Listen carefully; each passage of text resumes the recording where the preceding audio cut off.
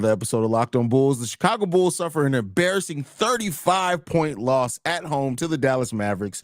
Erno team and Julian Phillips look amazing in the game, though, in their minutes. And is this the reminder that the Chicago Bulls needed to keep them humble? We're going to get into all that and more right after this. We're in pain, y'all. You are Locked On Bulls, your daily podcast on the Chicago Bulls. Part of the Locked On Podcast Network, your team every day.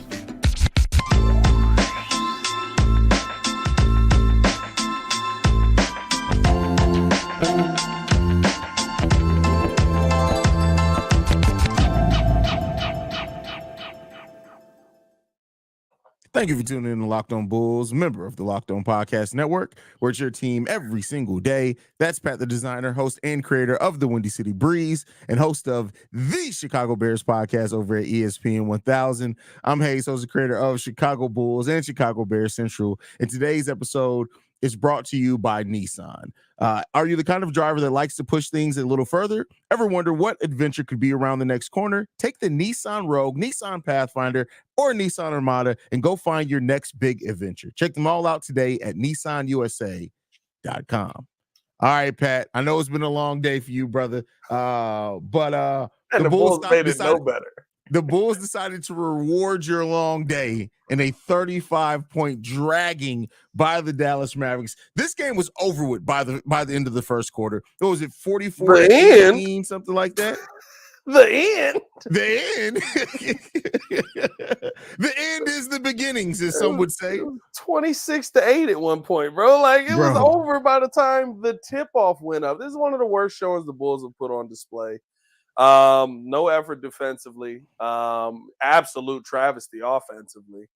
I mean, there's not much to say about this one. Like, it's one of those games where this is what they call in the NFL a burn the tape game. There's nothing from this game that you can learn. There's nothing from this game that will make you better. All that you're going to do is destroy the self-esteem of any young players that may have once had self-esteem. So you might as well just not show any of this game. That's one of the worst performances I've seen by the Chicago Bulls post Zach LaVine era in a while. Yeah. I mean, this was a absolutely, like, the Bulls got their asses kicked. Let's just be frank. Is this worst loss since Boston pre-All-Star game? Yeah, probably. Yeah. Terrible loss. This is disgusting. It's ugly. And like you said, it started after 44-16. The Chicago Bulls lost this first quarter, and now they showed a little bit of life in the second quarter. Ended up winning that second quarter, 26-18, and you went into that half with some feeling like, hey, maybe this team could show a little bit in this third quarter. And immediately the Dallas Mavericks said, "Oh, y'all thought y'all was coming back? No, we're gonna go ahead and snuff you out." It was bad, man. Like I said over on Chicago Bulls Central, the best thing to come out of this game for the Chicago Bulls is you got a little rest. Less than 30 minutes both for DeMar DeRozan and Kobe White. So there you go. Yeah. I mean, here's the thing. Realistically, you get some rest from some guys, and what you want to see from some young players, which we'll talk about more in depth coming up in the next segment, you got to see a little bit of that, and you got to get some good run out of them. But outside of that, I mean, like, listen, this is one of those games where you're not going to win many games scoring less than 30 points in a quarter, and the Bulls just don't have the personnel to do. Or maybe they do, right? Maybe we saw something from some of the other personnel today that tells you play a little bit more, play some of these guys a few more minutes in a game instead of, sitting there and running the same dudes out there. I mean, the 13 minutes out of Javon Carter, I get we were trying to rest guys, but that's 13 minutes too many when Dalen Terry gets 7. You know what I mean? Like, so maybe you're seeing something there where it speaks to the team kind of trying to find something with some of the young guys. But for the most part, dog, watching this game, it was – you knew that it was over when they scored 18 points and you hadn't really put a dent in the lead. Like, you knew for sure that. Because I was like, oh, they having a tough quarter. Bulls playing well defensively. Yeah, they started off the second quarter going 7-0 run. And it's like, hey, all right, maybe we got a little life in here. Didn't matter. Did not matter, right? They need a 20-0 run. That's what they needed in this game. No, just pure bad. and you got cooked by. I guess if there's any bright spot, Luka's fun to watch. Like that's all I'll say. Like Luka's really, really fun to watch. Triple-double, 27, 12, and 14. I mean, dog, like if there was any reason to keep the game on minus the team just getting ran out of the building, it's one of those like this is probably one of the toughest MVP years I've seen in a long time. Because Luka's absolutely making a case for MVP here. I would say Shea's probably one of the guys in the front running. Maybe you look at Giannis up there as well. Before Joel went down, too. Joel was definitely up there before he went down with injury. So this is one of the toughest years with MVP, and these guys are actually playing because of the rules that have been put in place. So, like, at a minimum, I got to see an MVP performance. Unfortunately, it was against my team. I don't know, man. Like, so in today's episode, when you had to sit out because you were out in Hallis Hall doing your ESPN stuff, shout out to Pat. Little something. Listen, I only got to sit there and chop it up with Kevin Warren. You know what I mean? Just the CEO of the Chicago Bears. You know, light Monday. I learned a little bit from the head scout of the Bears. It was nothing crazy, and got to do a little panel with some. Did you ask the head scout of the Bears? Did you say, hey, when y'all saw C.J. Stroud, so like, what was the thought process there? I'm not gonna lie to you. The funniest, they said two things that were really funny. Like the first one was, Carm asked him a great question. Like he literally started the interview. He's like, all right, let's get it started. So who you drafted? And like, I was just like, he's like, I'm just playing, dog. But it's like just the balls to ask that. But the part that was hilarious was the scout said, the one thing that you don't want to do is sit there and try to evaluate guards and turn them into centers. And I was like, but that's all we do. Cody Whitehair, guard, center. Lucas Patrick, guard, center. We just traded for Ryan Bates, guard. He's probably going to play center. What are we doing? And can you tell how over we are, the Bulls, that this just turned into a Bears podcast for about 3 minutes there? It turned into a whole Bears podcast for a second. I don't know if it was Bears. It was more life. I mean, listen. I mean, it's better than Locked On Bears. With that said, though, to get back into it, with this team, this one of the things that I talked about today when you were out was my biggest concerns for this team. And one of my biggest concerns that I put on it over the last 18 games was, is Kobe and DeMar going to run out of gas? Is Kobe White's consistency going to stay where it's been, or how is the inconsistency going to hit the Bulls at the wrong moments? There was a point in this game where you could tell Kobe White in that first quarter when the Dallas Mavericks were going out on that run, he was trying to shoot the Bulls out of it, and he looked defeated by the end of that first quarter. Because I'm not even knocking him for it, because at least somebody was trying, but you could see it on his face. He got so many of those step back shots that were good looks that just did not go in for him. And by the end of that first quarter, it was like Kobe was like, hey, I tried, man. I got nothing left for y'all. And I don't knock him for it. I don't knock him for it in this game. And I think here's the part that sucks, right? You're not. I don't care who you are. You're not going to win games doing this. I'd assume we're 2 for 6. Nikola Vucevic 1 for 3. Kobe White 1 for 4. Alex Caruso 1 for 2. DeMar DeRozan 1 for 4. Unor Batum 0 for 2. Javon Carter was 1 for 1. Shout out to him, bastard. And Andre Drummond was 0 for 1. That's your stat line. Yeah, for the first quarter of the game, the quarter that you would think you're going to be the most prepared. Oh, maybe it was just an off quarter. Yeah, I mean, we're not going to see another quarter like that. We're not going to see the Bulls come out again like that. Here's the third quarter: 1 for 4, Nikola Vucevic; 2 for 3, DeMar DeRozan; 2 for 7, Ayo Dosunmu; 0 for 2, Alex Caruso; Kobe White 1 for 3, Unor Batum 2 for 2. Like that, when you have multiple quarters like that, when you have multiple games like that, when you have you just have a team that offensively just isn't good. Like, I get it. It was fun. The 3 games was fun when we were out west. I enjoyed it. It was an exciting time. We go 3-1. We compete well against the LA Clippers. But you come back to earth.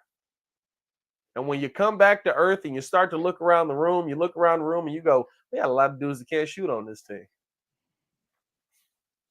Yep, and the one that can shoot has been playing inconsistent minutes, except for tonight, which is what we're going to talk about next. We're going to talk about the performance from Unor Batum and Julian Phillips, who to me showed a lot of heart. Julian Phillips is the mentality that you want He has a lot of that, all that and more. We're going to talk about them and break that down. Before we get into that, this next segment is brought to you by our sponsor, BetterHelp. Sometimes we all need the opportunity to get something off our chest, like being a Bulls fan. Big or small, certain things can really start to get to you. It's important to not let that out, especially to someone who's unbiased. It's important to let that out, especially to someone who's unbiased on your life.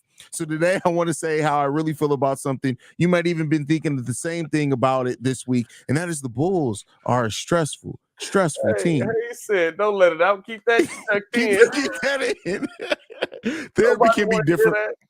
Therapy can be different for everyone. Most of us have bigger problems than our favorite sports team, and it's important to get things off your chest every once in a while. If you're thinking about starting therapy, give BetterHelp a try. It's entirely online, designed to be flexible and suited to your schedule.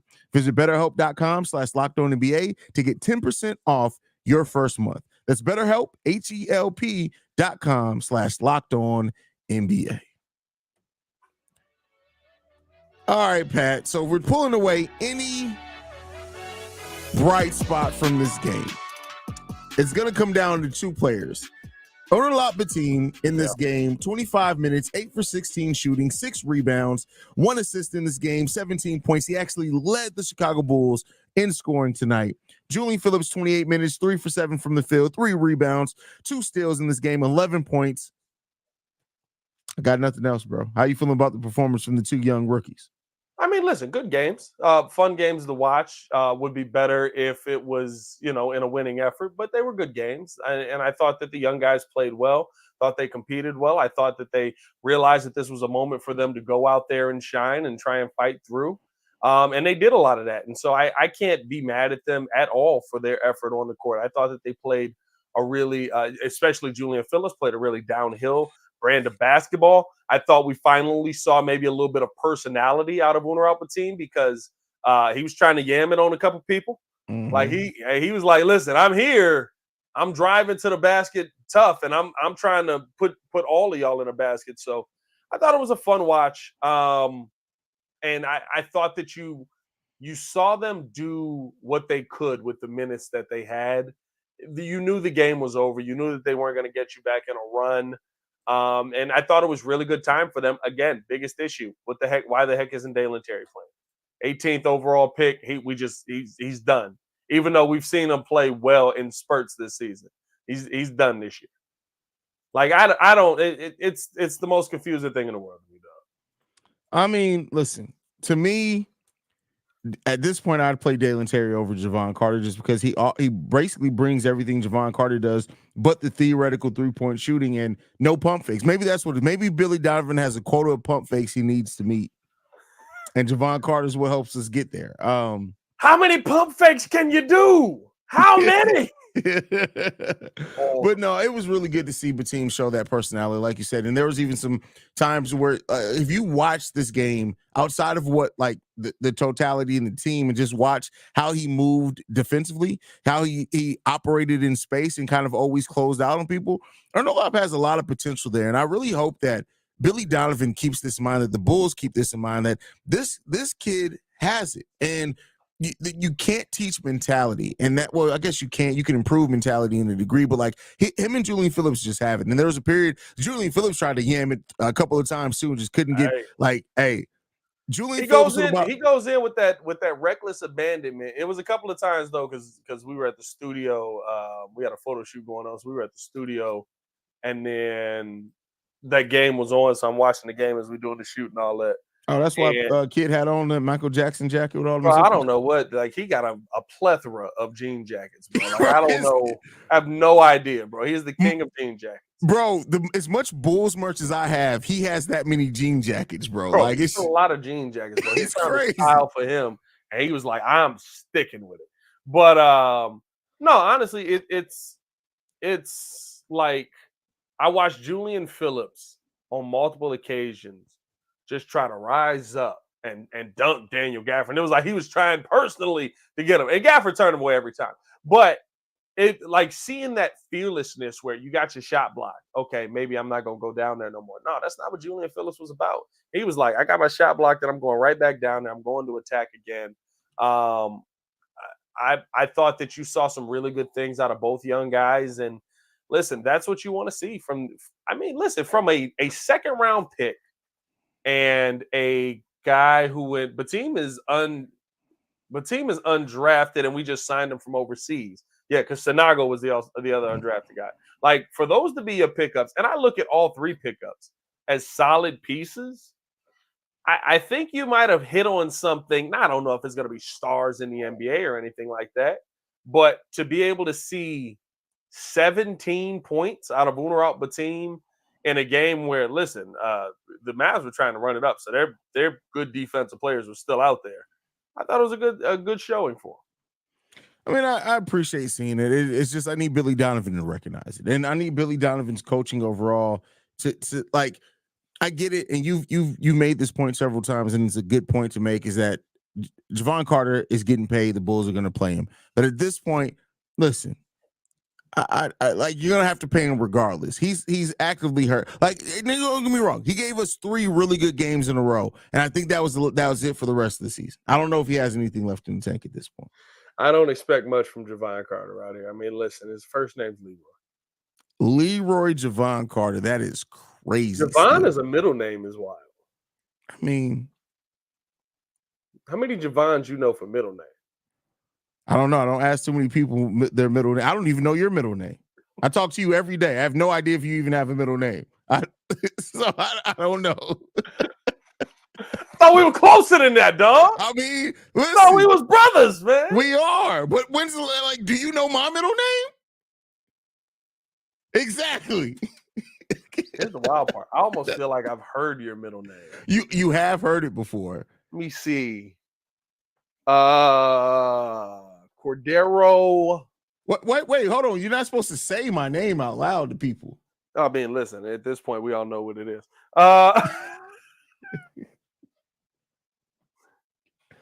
What is your middle name? Cordero Matthews Johnson? I don't know. Do I look like a Matthew to you? You have a white father. There's got to be something white in there. There's actually not. I have a very Negro-centric name. That's all I can say on that one. Akash. Akash. Wow. I'm not African. Anyway, moving on from that. How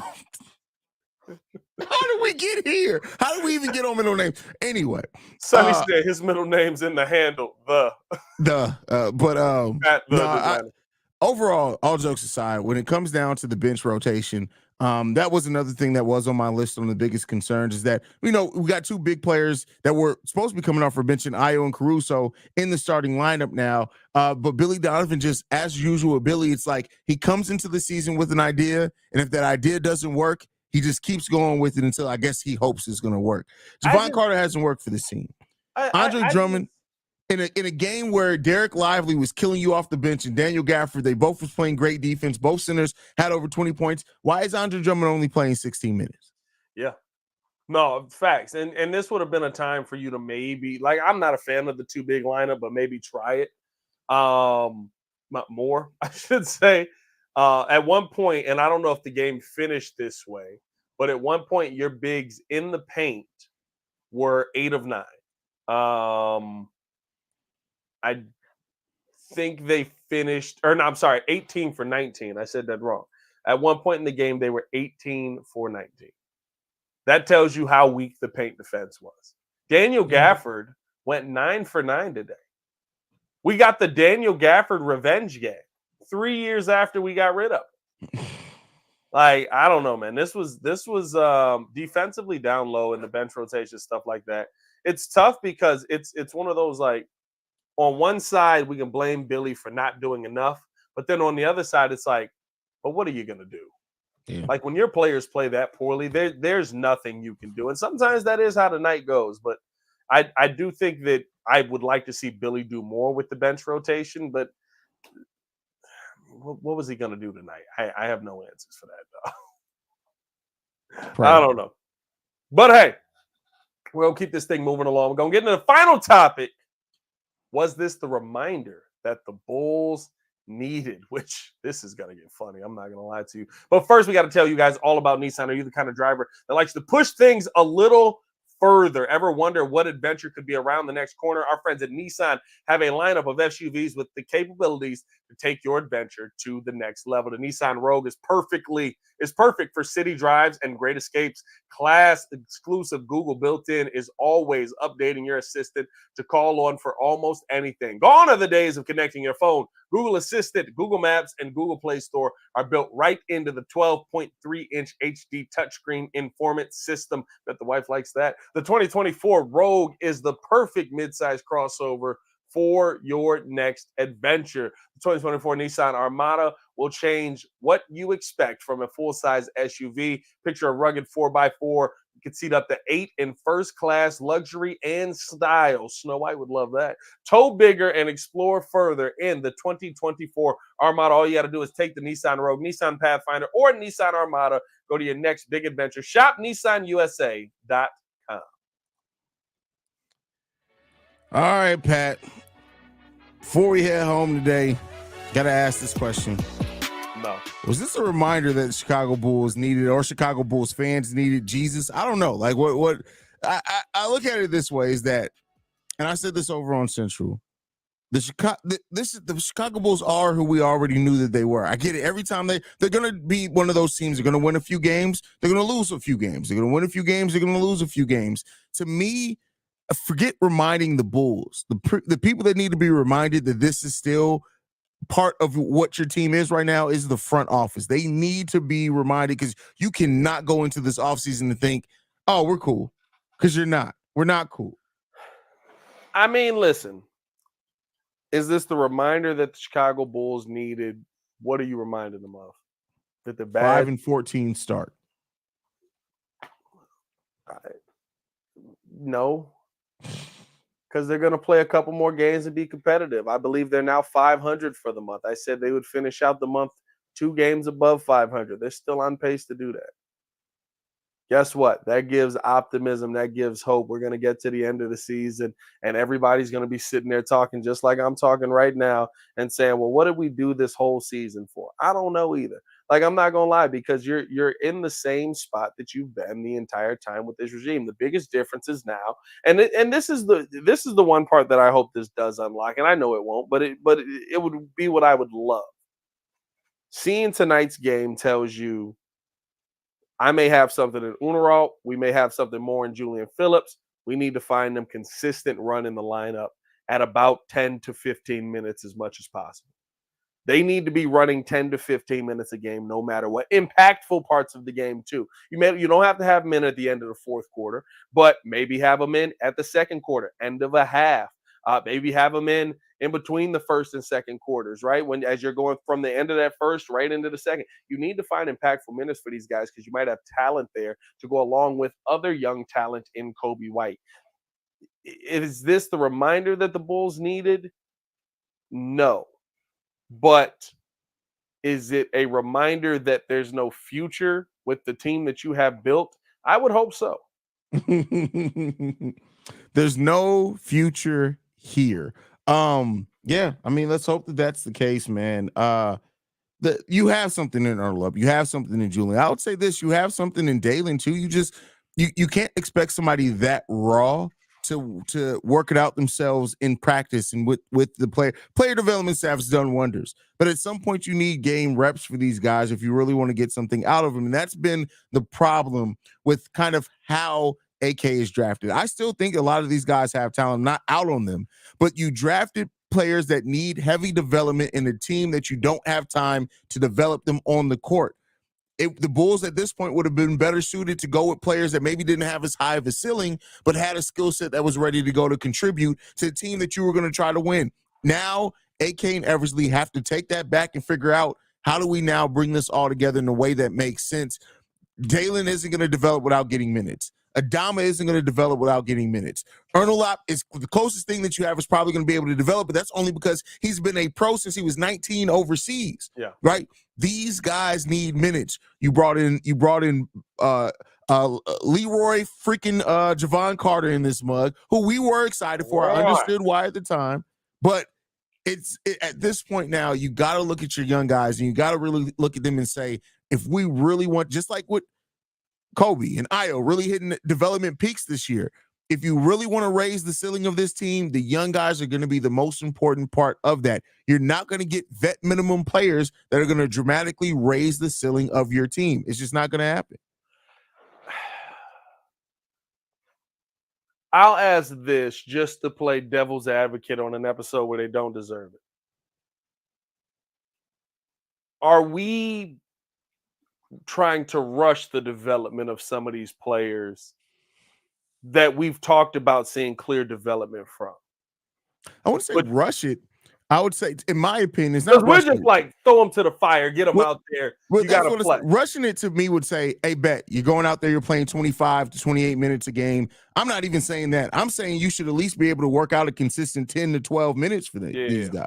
That's more so what I'm saying. I get what you're getting at, but I'm saying, hey, 10 to 12. They do well in that 10 to 12, change that to 12 to 15. But right now, what we're doing with these spots, you play 13 minutes here. The next game, you may not even get in. The next game after that, we got 7 for you. Oh, we got 13 2 games later. That's not how you develop players. No, I agree with that. And I think that is, it's like you said, the end of the bench guys that you have right now. I'm going to be real with you. I think there's going to be just a lot of guys that get let go. Like, I think we're just not going to re-sign Andre Drummond. It's going to be too hard to do it. I think that we're just not going to re-sign some of these guys because there are young guys that are in their place. I think they're going to get rid of Zach LaVine for a bag of balls. A bag of what? A bag of what? Balls. Bag of balls. Bag of balls. Like baseball. Okay, I just wanted to make sure I wasn't tripping. Bag of balls. Can we say that on Locked On? I didn't say a sack of balls. Sack of balls would have been crazy. Sack of balls is insane, but bag of balls is okay, right? That's cool. Ball bag. The old ball bag. Does this motion make it worse? A little bit. It's like the time C-Dub went like this. no, that was crazy. He came with the wow. I was like, what is the lift, dog? What is that? But I think that we're going to take the L on a Zach LaVine trade, and you're just going to be like, Unero, get in there. Figure it out.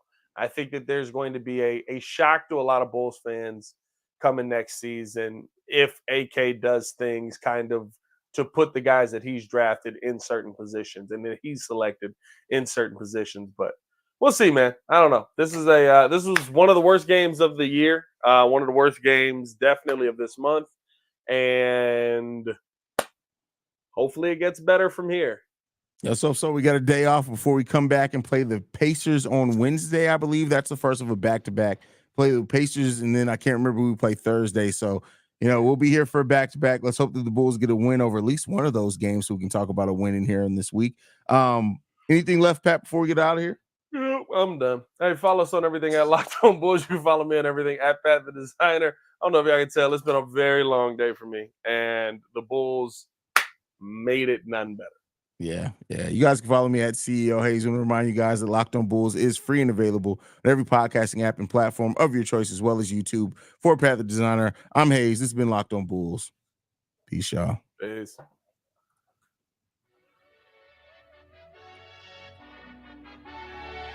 Son of a...